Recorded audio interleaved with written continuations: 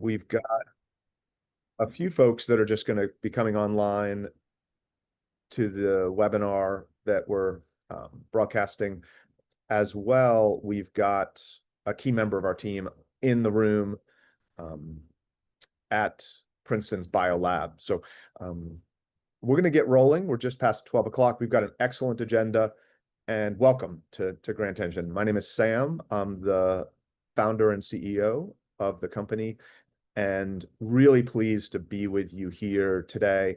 My esteemed colleague, Dr. Rich McKay, is on the ground in the room. And so he will be here for office hours starting at like 1:02 p.m. today Eastern time to receive. We've got office hours starting officially at 1:30 Eastern. So he'll have about half hour to field any questions immediately. So if you have not registered for office hours, please do that in the original link that you received, and we will get those scheduled with a date certain with Rich or another key member of our subject matter expert team. Let me share my screen and we'll get rolling here.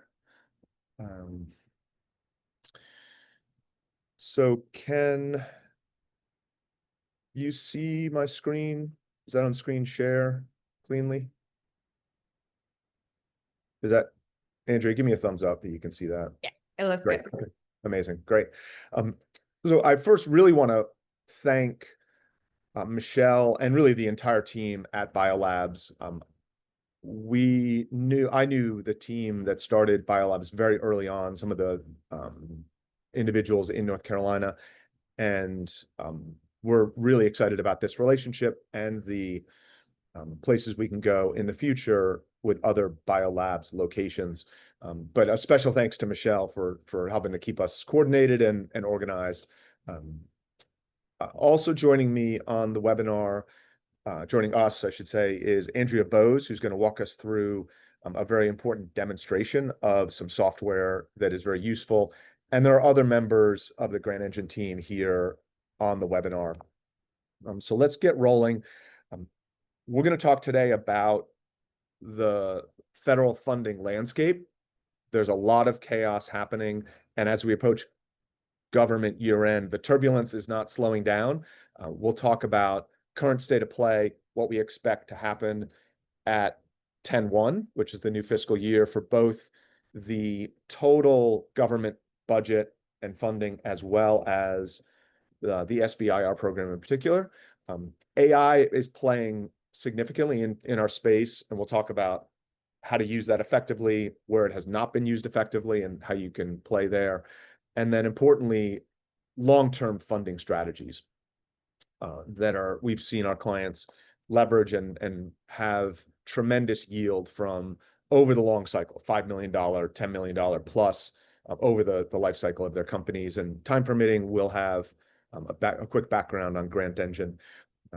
From a process perspective, this is just a slide that shows who is presenting to you, just a little bit of background and context.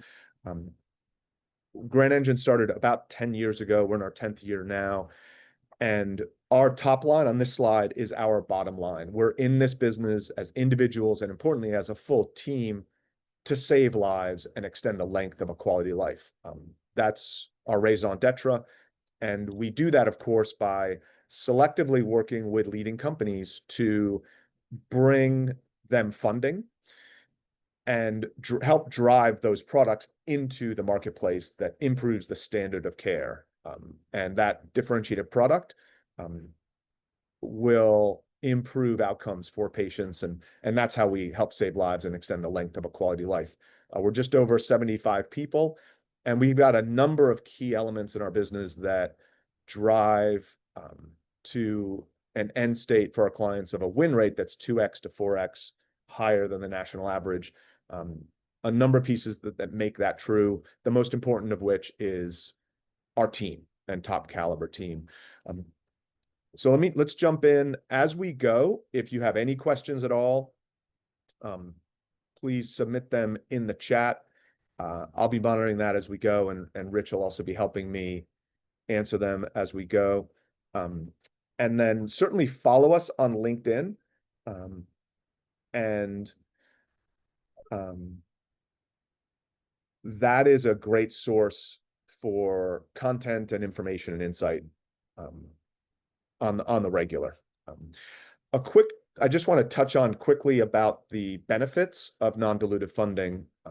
I think all of you are hopefully aware of these, but to underline the critical importance of getting non-dilutive funding, in our financial picture, there is no better return on investment for you than spending a little bit amount of money and resources, either internally or engaging with an outside firm to get non-dilutive dollars, whether that's a phase one or a small grant or a larger SBIR phase two fast track of up to 3 million plus, because that money, not only the dollars, the time and effort you would spend gets you dollars, but that money that you receive is non-dilutive to your cap chart.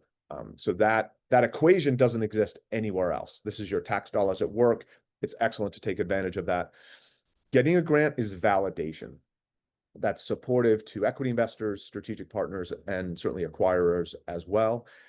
Everything takes time, but getting grants and contracts is fast, sometimes faster than raising equity, which is a true story. And then crucially, the act of writing down your product's approach, the logical chain of experiments that equals milestones met, products in market, is tantamount to actually realizing that success. And the approach section is also critically important for the evaluation. So we must be rigorous, repeatable, detailed in that section. And that correlation of success in the approach section, which we write for you or with you, is a key element to actually making your product successful. So overall, extremely advantageous to have that funding. Let's talk about what's going on in the federal government. And to say it's chaotic is an understatement. What does it mean for you and your team? And importantly, how do you react to this? What do you do about this landscape changing?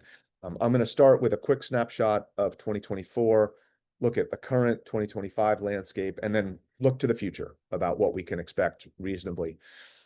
So this looks at 2024, some key lessons that we've learned that will be durable lessons now and in the future. On the left-hand side, long run approval rates for the NIH at the SBIR. We support all life science companies and indeed all industries, but the NIH in particular is great at publishing data. So that's the best data available. You can see here long run approval rates going down. It's getting more competitive over the last 27 years. And we expect that to continue, right? This is not a short-term dynamic.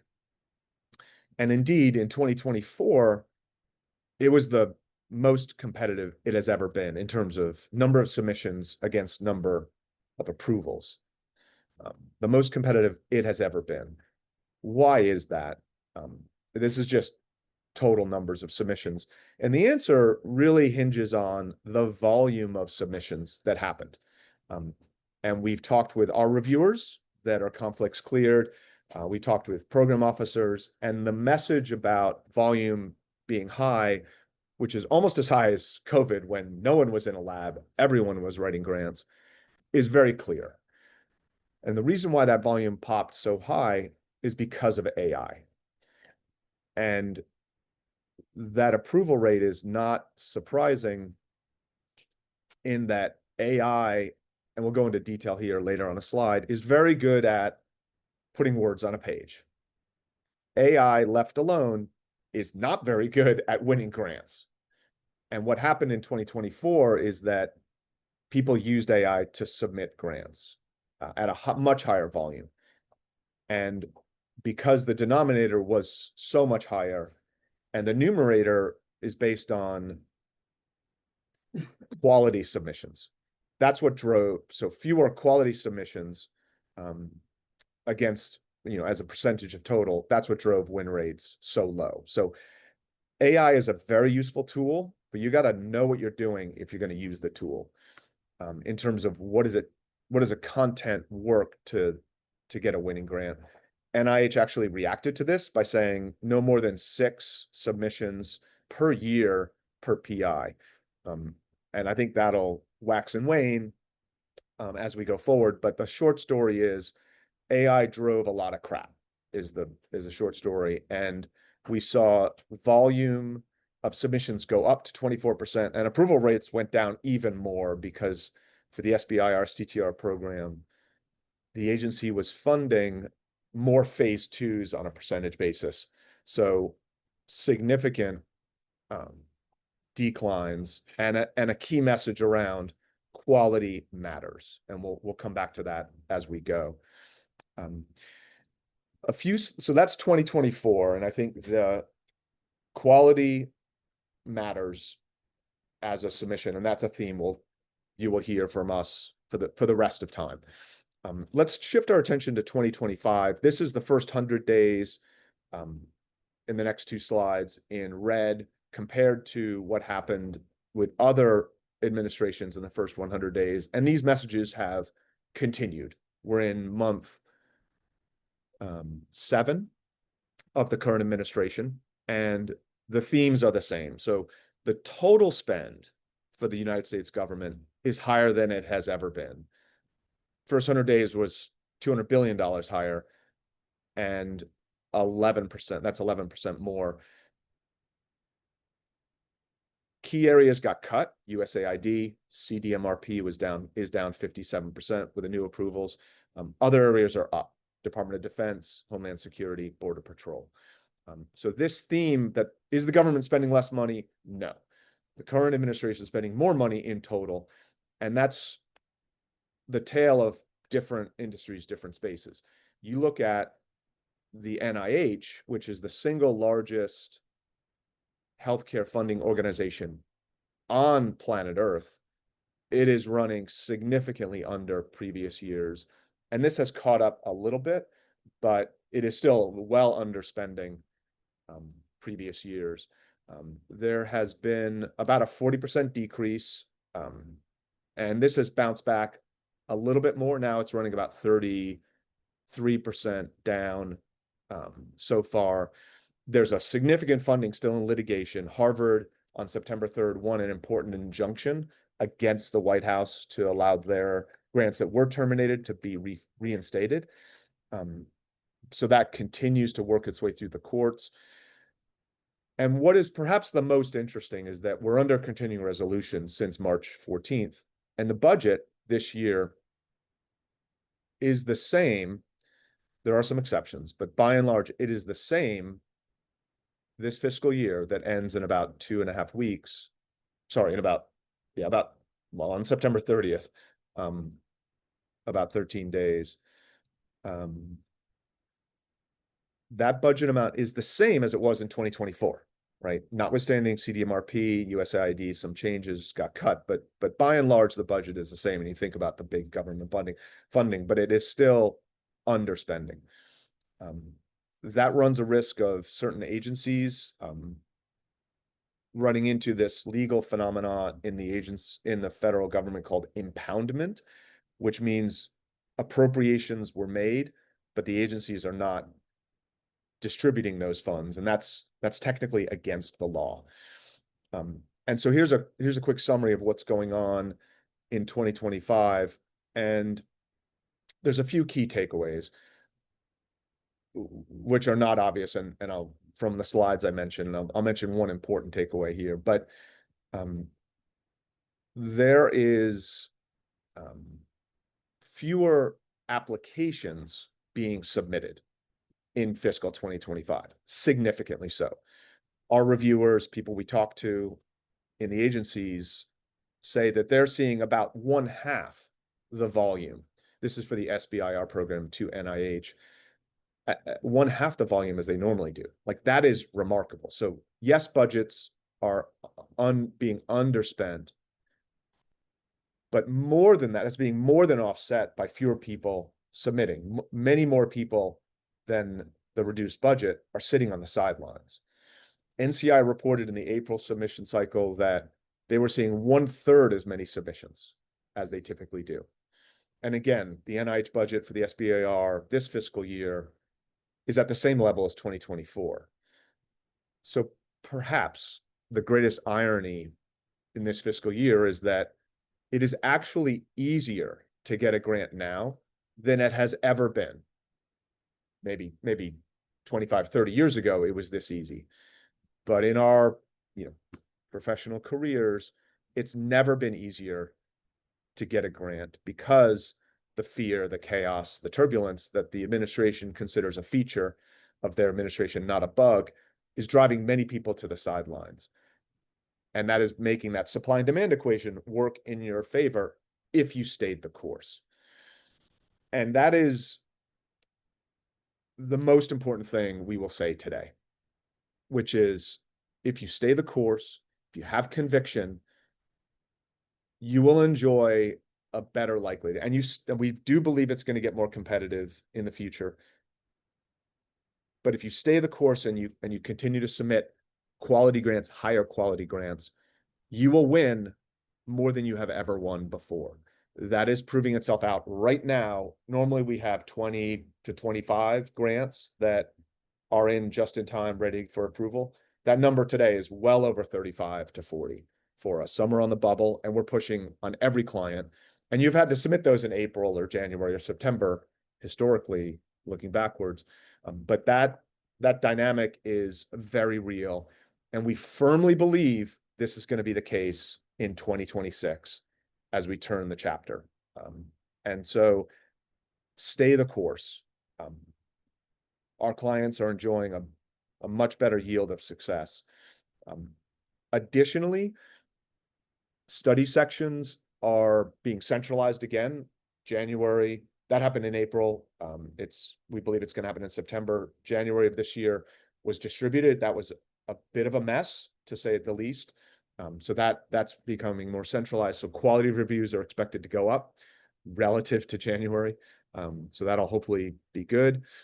And then importantly, reviewers are being guided and trained to focus on the commercial potential of your product. This has not always been the case with study sections populated from academic individuals. There are more clinicians on study section. Real-world application of your product to improve the standard of care and get better outcomes for patients is a mandate of the SBIR program.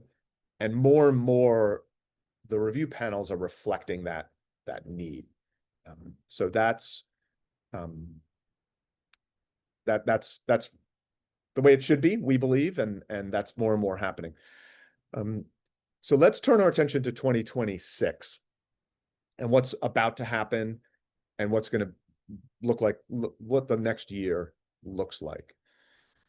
And you'll hear the themes that we talked about, I think, resonate continuously. More competitive, we think, incrementally. Easier to get because many people are on the sidelines. So play with higher quality submissions and continue to focus on your product as a commercial product that has real world implications versus a product that's hypothesis driven or more academic oriented. Your product is there to improve the standard of care. And these fundamentals that are happening here in 2026, we think support that thesis. So in April, we got our hands on the memo that was leaked. That memo was sent to the Senate Appropriations Chair, Susan Collins, and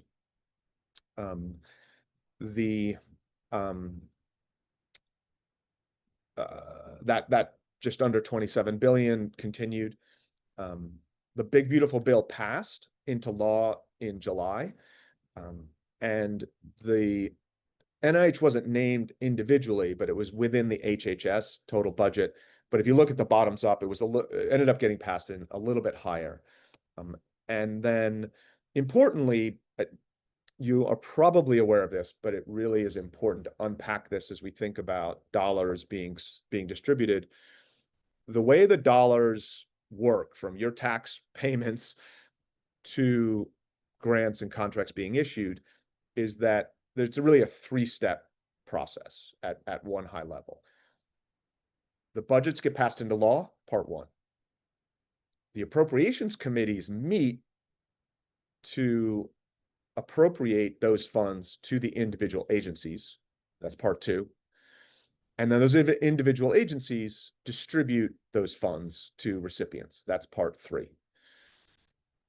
Part one has happened via the big, beautiful bill. We're in the middle of part two. So these appropriations committees are meeting now to pass specific funding for a Department of Defense, NIH within HHS, et cetera. And so the budget that got approved in the big, beautiful bill for NIH was about a 40% cut. It's not small, it's big. And yet the appropriations committees are saying that we support you in 2026 at the same funding levels as 2025 and 2024. So this is a screenshot of the memo on the left-hand side. This 26.7 is really 27.5 in the memo, but we like the original leak memo we got our hands on. But here's really the punchline that the Senate Appropriations Committee in both the Senate and the House Appropriations Committee, in both the Republican side of the aisle and the Democratic side of the aisle, are saying, we've got your back, NIH. We want to support you at 1% higher levels than 2024. And that is a key element of how dollars are actually allocated. So I think we're going to see how appropriation amounts get played out as this month transpires. But there is key support from the NIH. I'm sorry, for the NIH from bipartisan and across Congress. That notwithstanding, we do expect pay lines to get tighter. I think our philosophy on this internally that we have harmonized on as an internal grant engine team, and we are communicating this to our clients, is that play the game in such a way that it's going to get tougher. And when it gets tougher, you're equal to that marketplace that's more competitive, and you're more fit, and you can play competitively. If it gets more competitive than you think, then you didn't do a good enough job setting the tone for your team and believing yourself that it was going to be more competitive. If it doesn't get as competitive and we actually get an increase, like what's being talked about across Capitol Hill from Congress, then you'll enjoy a better outcome. But plan for the worst and hope for the best. But you got to plan for the worst is the takeaway. A couple other key things that are happening that have happened. BARDA and ARPA-H got rolled into one Office of Healthy Futures. ARPA-H came out of NIH. BARDA came out from under ATSDR. So that's a good alignment. We think a lot of that. The NIH, there was talk about collapsing 27 institute centers into 8. We don't think that's going to happen, but that has been talked about. And then a number of other organizations from ATSDR, OASH, SAMHSA, NIOSH, all got rolled into the Administration for a Healthy America. So we've got a big, beautiful bill passed, but it's going through Appropriations Committee. And there's a number of things that are going on that will drive, I'll say, the White House's capability to force their will on Congress and to the agencies themselves. Very thin margins in the House. The Speaker at the House is squeezed between different blocks at the GOP and the Trump and driving on the White House. There are lots of dynamics going on in the Senate, and that likely requires bipartisan votes. But there are really two key things that are looking to erode power and drive outcomes. The first is the Epstein files, and that has been in the news a lot, and that is eroding Trump's authority and power. Other news that is sad for our country, have eclipsed this in the recent week, but the Epstein files have not gone away, and there is a lot of talk around how do you avoid a year-end shutdown, which is looming if we don't get some kind of appropriation through Congress. There is also this dynamic going on within the House and the Senate around hardliners on both sides of the Republican and Democratic parties versus pragmatists around do you pass a continuing resolution? What happens with Medicare, which is really at the legal level around ACA subsidies, and how does that play out in terms of broader funding talks? Our prediction, which is, what do you watch from here? I think these are the things you want to watch. Any public positions from Trump. There's special elections. This has actually transpired where a Democrat won one of those two House special elections, and there's signaling from the Senate leadership. Making predictions is difficult, especially about the future, but it is our belief that there's two things that will happen. The first is, are we going to have a shutdown or not in our US government? And the most likely prediction, it could be different, but we believe the most likely outcome is that there's a continuing resolution that happens until Thanksgiving that allows Congress and the White House to come to some appropriations agreement. Despite the big, beautiful bill, it's not set because the appropriations piece is not done. And there are a lot of filibuster dynamics, et cetera, but I think it's possible we get a shutdown in 13 days, but more likely it's going to be a continuing resolution to give the government time to pass the appropriations for fiscal 2026. The other thing going on is what happens with the SBIR program itself. And as you probably know, SBIR program has to get reauthorized every 3 years. It's up for renewal this year, which is, again, in 13 days. What's been floating, there's two things that are floating around Congress, but what's most likely is that there's a continuation of the current SBIR program for 1 year through September 30th, 2026. And then it gets reauthorized for another 3 years, or maybe into permanent law. But this bottom line is worth paying attention to, which is, if you look at the SBIR program itself and think about it in the backdrop of all other government funding, I mean, there are certainly things that are needed at the federal and state level for civil security. I'm not talking about the Reserve Guard in Chicago. I'm talking about firefighters, police, et cetera. And if you think about all of the government programs that are essential for our way of life, and indeed progressing us as a country and a people, the SBIR program is the best or among the best that gives us innovation leadership. When you think about companies that get a significant amount of funding indeed, it's the largest seed fund in the world, America's seed fund, which is the SBIR program, that drives product advantage, company advantage. It drives innovation for companies and countries, and it also drives country advantage. And when you think about biotechnology, cold fusion, quantum computing for cryptography, the requirement for these things on a national security basis is paramount. Biotechnology is a national security priority. So is cryptography. And the SBIR program is a key driver for driving that innovation. And this is recognized. From farm subsidies to food stamps, the SBIR program is recognized as having among any government programs the best ROI. And this is recognized by Congress today, where there is a bill circulating that would increase the allocation from just under 4% to over 8%.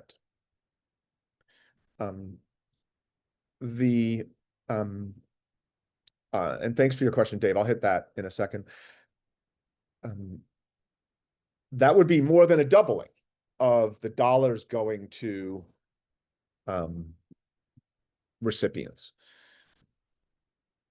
The other phenomena that I find interesting is if you happen to have looked through Project 2025 and look for SBIR, on page 755, there's a call to increase the SBIR allocation. And if you follow what the Trump 47 administration has done, by and large, it's followed Project 2025, right? Immigration, tariffs, Fauci. I mean, people are called out and things are called for. It has followed that. And so I think there's bipartisan support for an increase. That's certainly true in the current Congress. And we believe there's going to be an increase, but it doesn't happen in a vacuum, and we need your support. So click on democracy.io. That'll tell you how you can easily go to your congressmen and women to communicate to them. And if you want a starting place, we've got a link on that hyperlink to get that personal message. All these slides, of course, will be sent to you for review, for you to do those clicks. So Dave asks, if the funding allocation for SBIR increases to 8%, does that mean it'll be less competitive? So a couple of dynamics. One, competition is a function of supply and demand. So call this supply. Supply will go up, yes, if this happens. Demand, we think, we don't know what will happen in the future, but absent this, I think demand will continue to stay low. But if everyone is aware that there's more money in the SBIR program, the demand for that money will go up, so more people will apply. One of the pieces, if this piece of legislation gets approved, this 8% meters in over time. So it doesn't automatically go to 8% in the year it's introduced. It goes up to 5%, 6, 7, 8 over the course of years. And so I think what we'll see is that attraction to that money, demand rising, roughly commensurate with the supply increasing. So I think, yes, it's possible, but don't plan on that. Plan on it being more competitive, and you will be happily surprised if you kind of did your homework and became more fit. So that's the state of play, what to watch for, what to look for. And I believe in the wisdom of markets. And so let's start this first poll of what do you think is going to happen with the budget. So if you're following along online, please answer. If you're in the room, maybe Rich, you can answer, or if other people are on the computer, we'll have 2 other poll questions. So if you're in the room, please log into the Zoom and hit mute, and we'll have other questions for you to join here in a minute. So we'll talk about those results here when we get a critical mass of responses. So that's the state of play. We talked about getting more competitive, and how do you do that? So I think AI can be very helpful. And as I mentioned before, a truism is that AI will not help you win a grant, but AI will help you write a first grant. And to do that effectively, you need to have a knowledge about what you want to do with your grant, how and why the grant will win before you use AI. That's how we write grants at Grant Engine, selectively. And you need a names page, you need a grant thesis, you need your backgrounders going into, and recognize that Alpha as a tool is new, and it's, we believe, the best platform out there if you use it, but it is new and it's evolving. And then AI will help you write that, help you author that right best story. A period of communication from a bumper sticker, that's the takeaway at the summary, significant sections in detail for innovation sections, for significant sections, and then also the approach section with a lot of detail with that rigor. And it will it'll support your product if you know how and why your product is differentiated.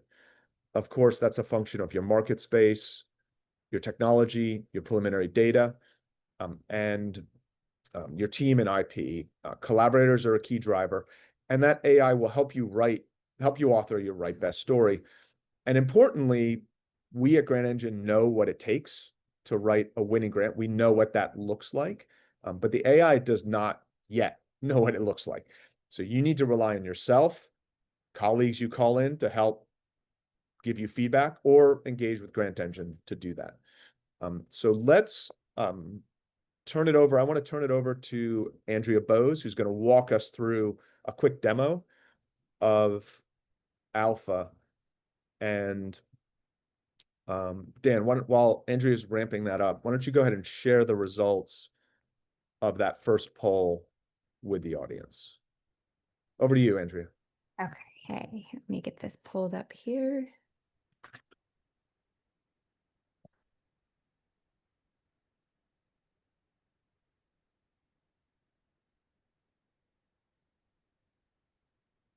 All right. All right, guys. So I'm Andrea, and I am excited to show you what Alpha by Streamline can do for you. So Alpha is built around two core tools. We've got Discover to find funding opportunities, and Apply to help you draft, strengthen, and win proposals.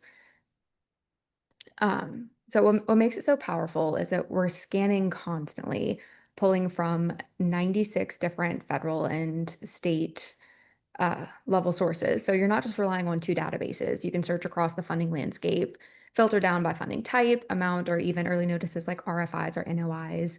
So you're tracking opportunities before they ever hit the mainstream. So we're going to do a search here. Let me clear this to start it. We're going to do cancer therapeutics. And in this, you can filter your searches. We've got your types. You can do your grants, your NFIs, I said that backwards. RFIs, NOIs, mix them together. You can filter all that in here. You can filter by amounts. You can do status for just actives. Whenever you search something, it's going to give you just a handful of the ones that it thinks are the most relative to what you're searching for. It shows here 196 results, I mean 197, but it just shows a few. You can still click view anyway and look through all of them. I'm going to filter this by active. And then I'm going to select this first one here. So it's going to give you, whenever you click on these opportunities, it gives you a high-level summary. It shows the eligibility, it shows your deadlines, your project requirements, all in one place. And if something looks promising, you can bookmark it here or set up for notifications. Or when you're on this page, you can also bookmark them as you're scrolling through. You can save your searches and select it to send you notifications daily, weekly, or monthly. If you do daily, it's not going to send you something every single day, just if there is actually an update for it to give you.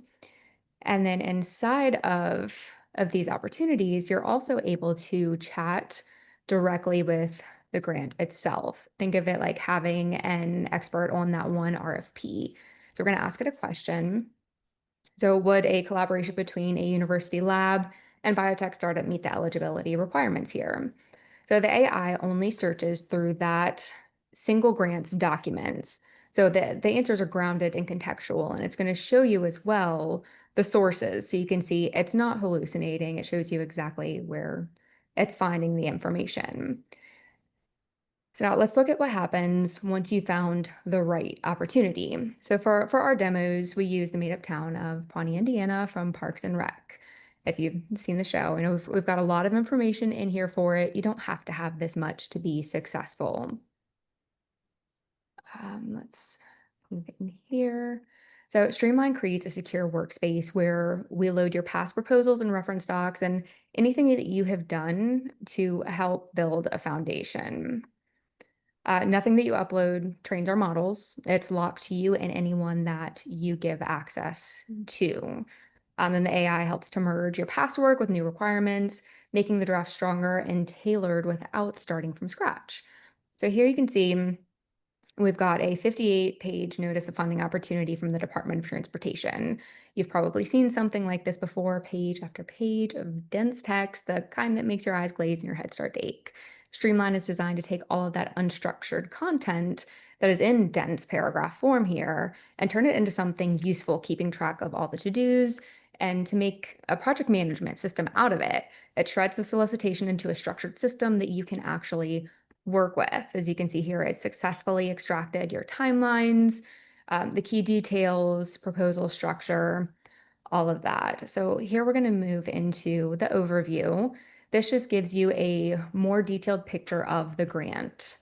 And then from here, we're going to go into eligibility.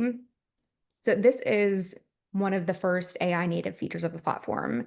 It looks at who you are as an applicant and what you've done in the past, then compares it to the requirements of the solicitation. So if something's unclear, it's going to highlight it here as a potential risk area.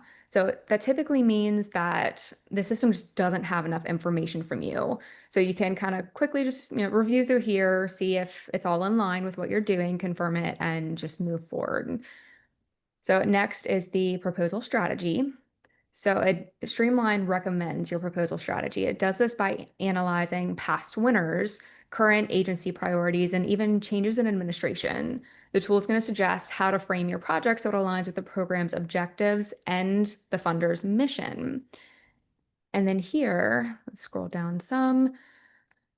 So if you're competing for bids, you can use this competitive matrix that we have here. This is going to show you who's won similar awards in other states, how many awards were made, and how you stack up. That way you can decide if it's worth your time to pursue this opportunity. All right, and then the last step before drafting is the compliance matrix.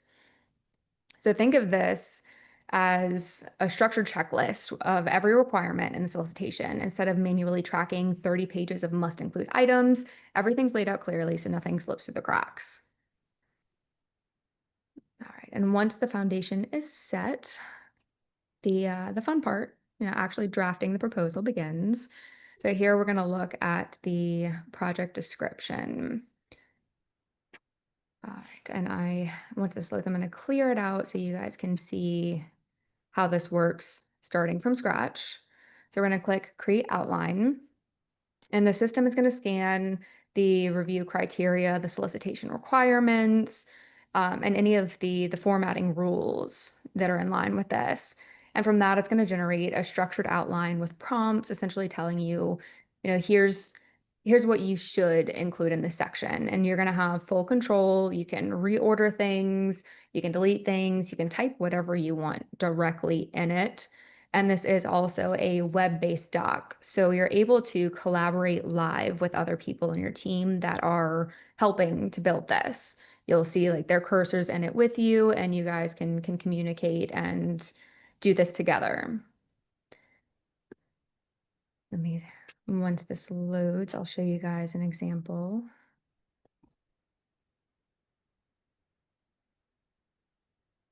And it's telling you line for line what it's building as it's building it all. And then we're going to hit get started. All right, so what you can do here is highlight one of these prompts that it gives you and select answer.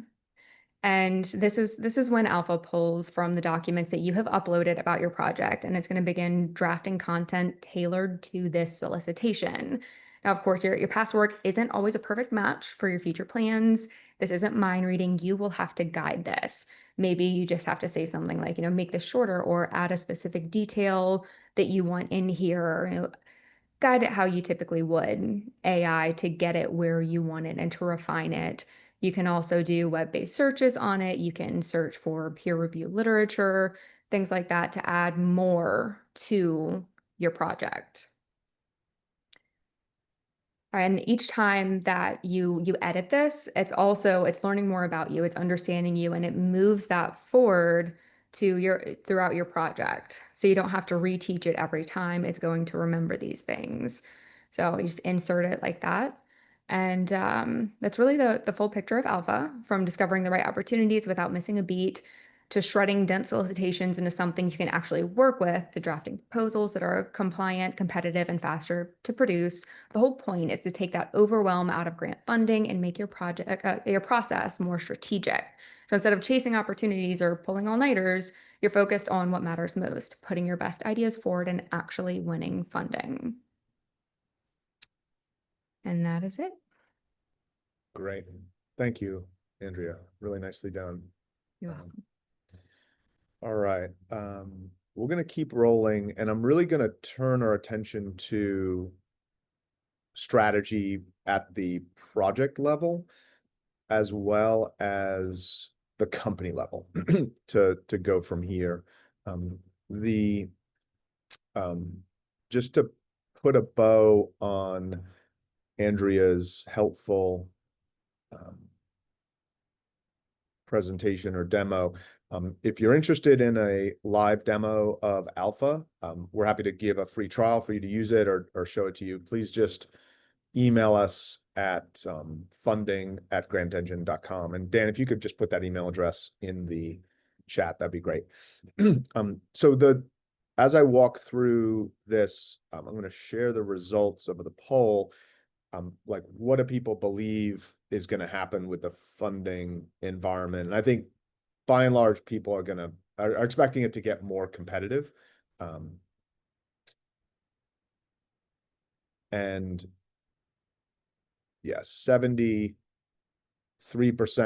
believe it's going to be 20% cut or more, and 20% believe it's going to be more than 50%. So I think directionally, that's what we believe. And the implications of that are very important, which are you need to get more fit. You need to be better at writing grants. At Grant Engine, not coincidentally, our win rate went up in 2024 when the average went down. We know what we're doing, and we're happy to support you, and you'll see a variety of different ways that we can do that. But this content and this webinar is really to show you how to get more fit, more competitive for yourself. And we're happy to engage with you. But we know that that it's going to become harder because budgets are going to come down, and it may get easier because everyone else is on the sidelines, but you can't plan on that. So here are some pro tips at the project level or the individual submission. So look for targeted solicitations. Those have a greater chance of being aligned to if they're aligned to your product, that's a better yield. Plan ahead. Starting early is quantifiably shown to yield a better win rate. We've got these data on our blog in a post, and starting with a grant thesis saves time later. Look online to what's been funded, either through NIH Reporter or USA Spending. What source got funded? What else is out there? Are you truly differentiated? Who funded it from both the PM and the funding mechanism? Engage with your program official. This really matters if you get a fundable score that's on the bubble and they need to advocate for you at council. That makes a big difference. We believe that talking to customers and getting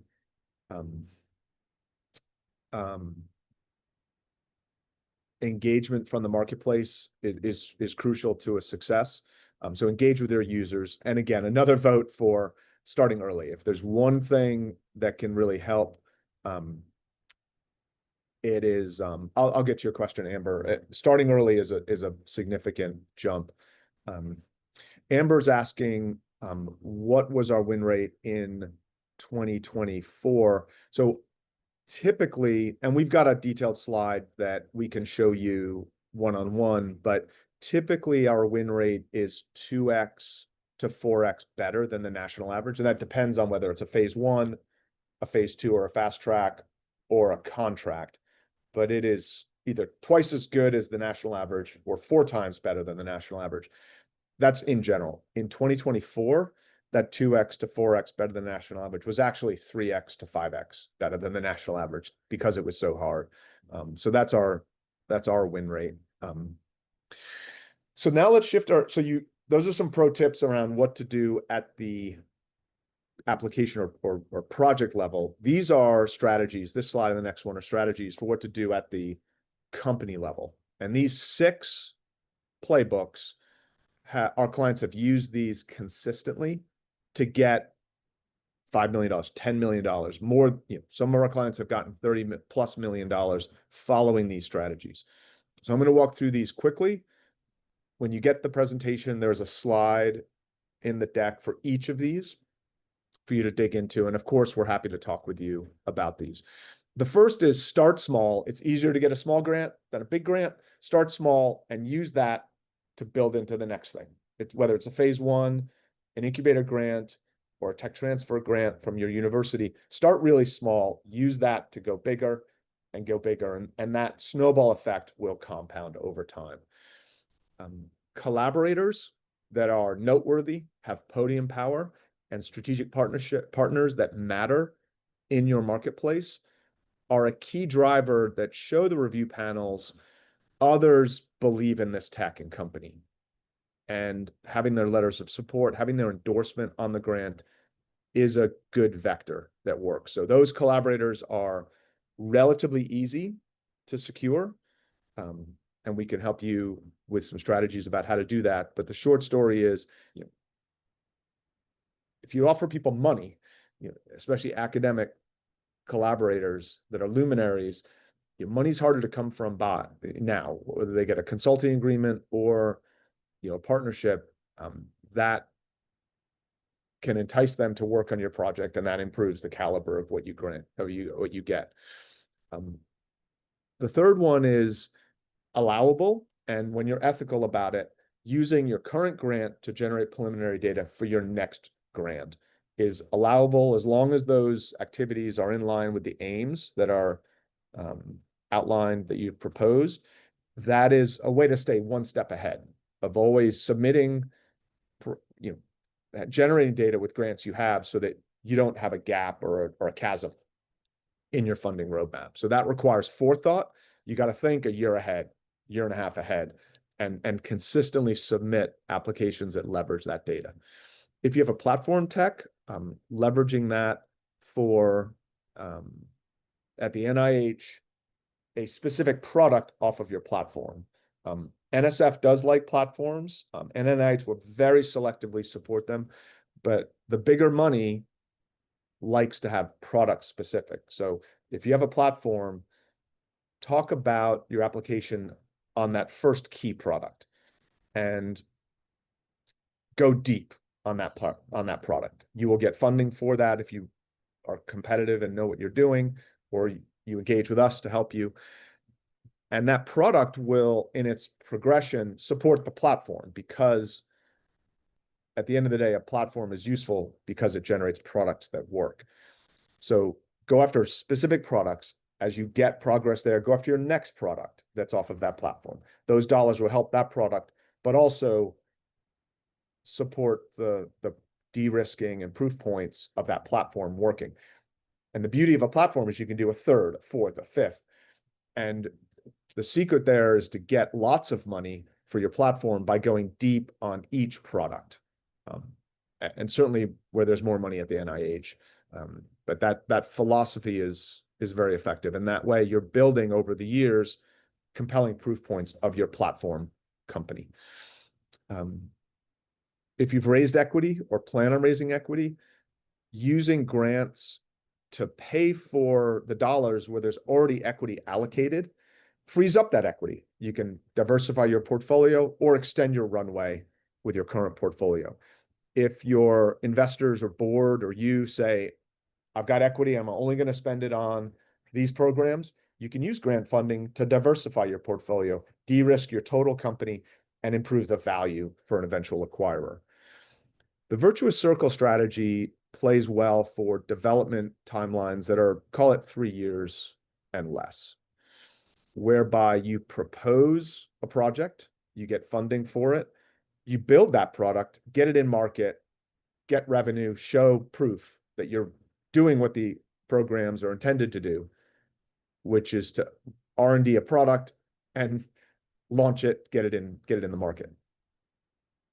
When you've done that once, you show the funding agency We did it.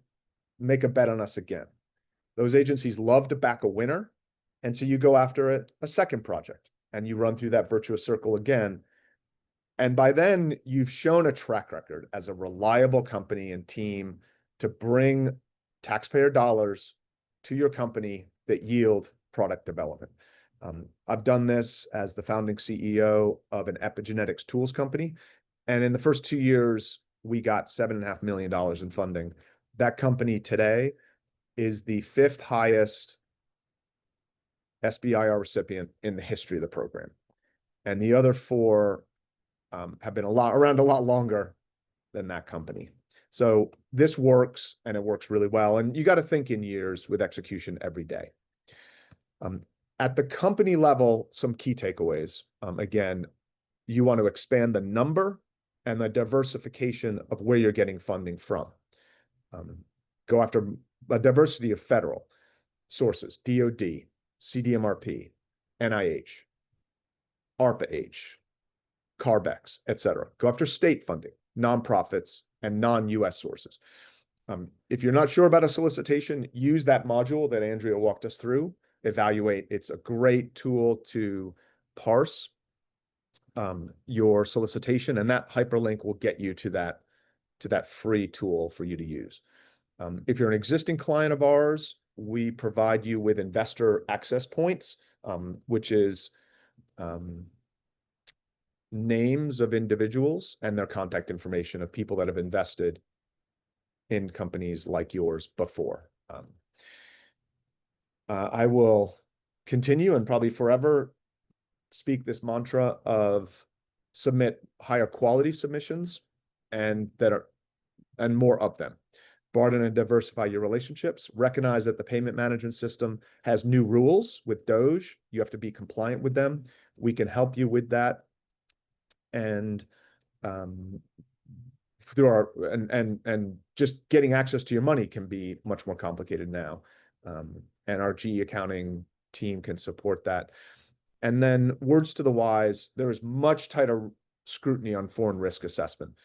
We expect this to continue, and we've seen problems that don't sound or feel like problems be a reason why a grant is not awarded. And so we have a very tight screen on this from the first interaction you have with us, and all the way through the process. So foreign risk assessment is something to watch for.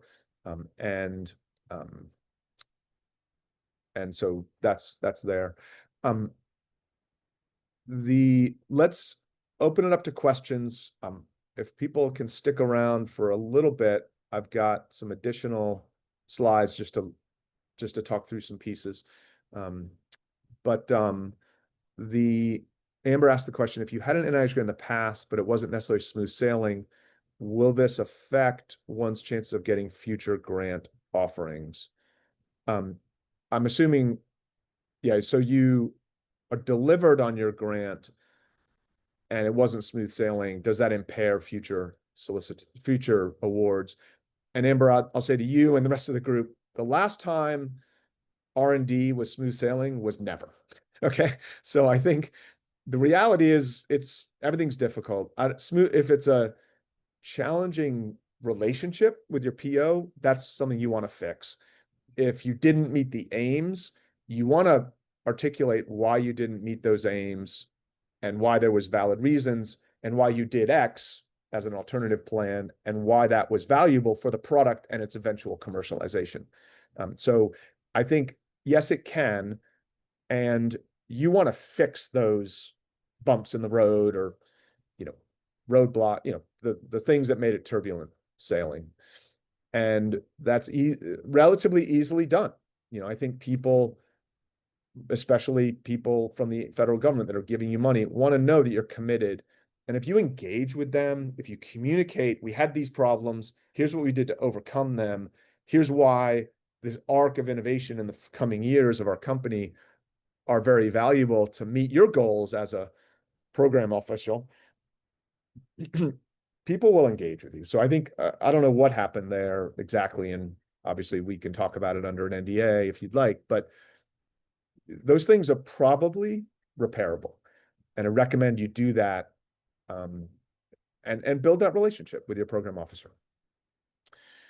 Okay, we had a poll around how critical funding is, and Dan, if you can share those results. We've got over 50%, like 57% saying that it is either important and a priority or mission critical, which is a little lower than what we have seen before, but I think everyone's got a possible interest, and at least, but I think we see this, kind of dynamic as well, where there's really significant, significant needs. So, for those in the room, I'm gonna mention a couple more slides and on the webinar. So this will take about 2 more minutes. We're just past 1 p.m. Oh, we got another question. Rebecca's asking, do you have any advice for what to do if you have reached out to program officers multiple times with no response? You're not alone, Rebecca, in this dynamic.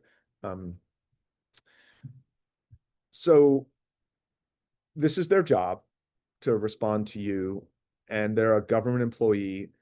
And so that, I think, over time, that will stop happening. But that's probably because they're afraid they're going to lose their job.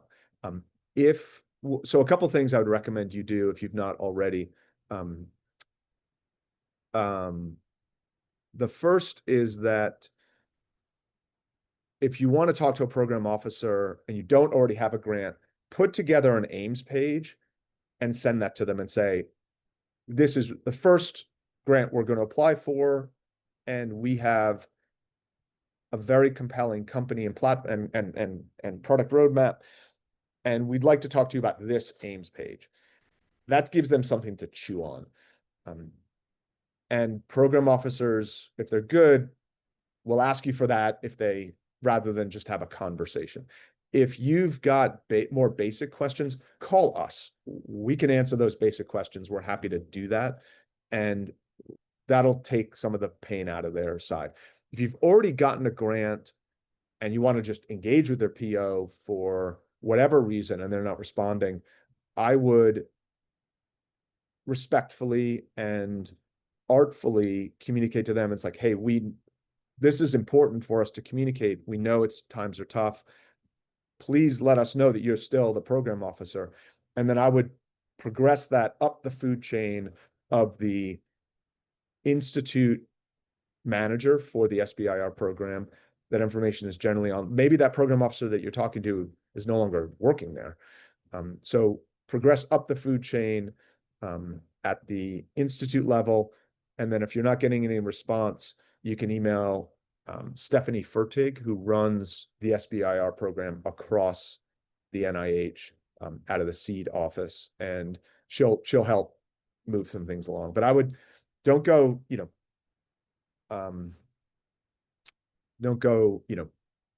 yeah. So Rebecca, what we're very pleased to do is have a conversation. You're saying that this is for an application that was not accepted. If you got a summary statement, right? Or you will soon if you don't already have it. You probably have it already. And we can help parse that. So we're happy if you reach out to us. If you if you email us on funding@grantengine.com or connect with us directly, Dan can set you up with a meeting directly with Rich this afternoon or later this week, or just be in touch with us, and we can, under an NDA, look at that and parse what that summary statement is telling you, having looked at thousands and thousands of these. So we can help if you would like us to give you, and that's all complimentary and free. Rainer is saying, I've talked with many universities, and all they say is that they write and manage SBIs for their professors. How do you react to these universities? So if you are not a part of that university, that response seems to make sense to me. If you're looking, if you've got a more specific question, Rainer, please holler. But if you're looking for help, we can help you. If you're looking for a collaborator from a university or an academic PI, I would go direct to that person. Look at the literature, look at conference speakers, find that luminary that you're looking for and reach out to them directly. And that will have a better chance, right? It's about individual interaction. Amber's reiterating Rebecca's experience of the PO not responding. And yeah, that there has been a shakeup, right? I mean, the NIH laid off a lot of program officers in a very sad way. We know many of them to be highly talented. We hired some of them at Grand Engine in the last 6 months. And those individuals, Vicky Katani was a PO for the SBIR program at National Institute of Aging. She's a special person, right? She is very talented. And we had a relationship with her. She spoke at our conference at JP Morgan, and it was tragic, her situation to get let go from the NIH, as are everyone that got let go from the NIH. And every situation is different, but we were very selective about moving forward, and we were so blessed and privileged to have Vicky as part of our team. So, and the short story is we can help you navigate if you're not getting responses. But I think, yeah, talking to the GMS there's been a lot of turbulence and change. I'm going to hit a few, like 2 or 3 quick slides, and then we'll put a bow on this webinar live cast, and we can pick up in person with Rich in the room. So we think about the world as find, win, manage. So that's pretty easy, but finding grants, winning them, and then post-award accounting and compliance. Within the win phase, we have an offering that fits whatever your budget is. We have an hourly offering that's not written down here, but you can go 1 hour, you can go 5 hours, you can go 10 hours, whatever you would like. On the left-hand side, we have the AI writing tool that is less per month than going to Starbucks every day for a month. It's $199 a month and a very low success fee. You write the grant, but this tool is extremely effective at making that more productive.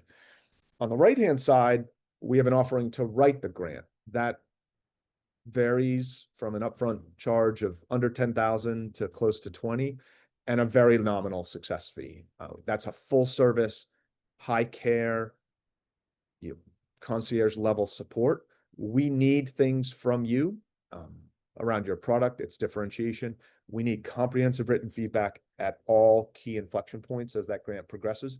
But we're writing the grant, and with your interaction and support, making that very competitive. In the middle is you can use alpha or not, but is a grantsmanship and external review that varies from low to mid thousands of dollars, and also a very nominal success fee, where we support your writing with grantsmanship from our expert lead writer cadre, as well as external reviewers that sit on study section that are conflicts cleared. And in the optimized version, we support the budget workup and help you do that, and also submit the grant. If you'd like to move forward with us, we'd be delighted to explore that. We'd like to get under an NDA to protect your information. That link will get you to our product development funding strategy survey, and you fill that out, and we will prep 1 to 3 hours to meet with you for about an hour with one of our senior product funding executives and a subject matter expert. We'll spend about an hour on the phone talking about, is your product and application, how competitive is it going to be? Is it ready? And how can we work together to get you funding? And that's all free. That's all complimentary.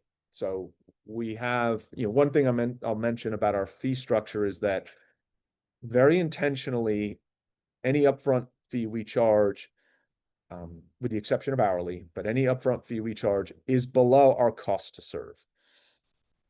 And we only make a profit if you get an award. So that's really what we wanted to share. If for those of you that are still online, if you want to answer that last poll question, please do so. And for those in the room, or if you're listening in your office at Princeton Biolabs, now's the time to go to the room to talk to Rich. And I want to thank everyone for joining today. I enjoyed it. I don't think I'm going to enjoy it as much as Rich will in person. But please meet with him. Rich is a wealth of experience, and he's there in person to meet with you and interact with any questions you have and set up possible next steps if that's of interest. So Rich is on our leadership team. He's also a subject matter expert.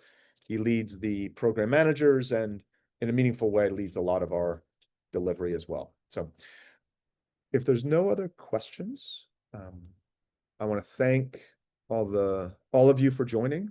Thank you, Andrea, for the demo. Rich, thank you for being in person. Michelle, thank you for helping to make this all happen wrinkle-free. And Rich, is there anything on the ground that you'd say before we put a bow and end the live stream?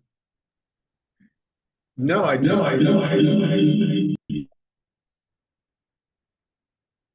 Okay, I think everyone in the room can hear Rich. If you're not in the room, email us at funding@grantengine, and Dan will help you get in the room or set up a time we can talk live. So with that, thank you very much and best of luck. It's a turbulent world.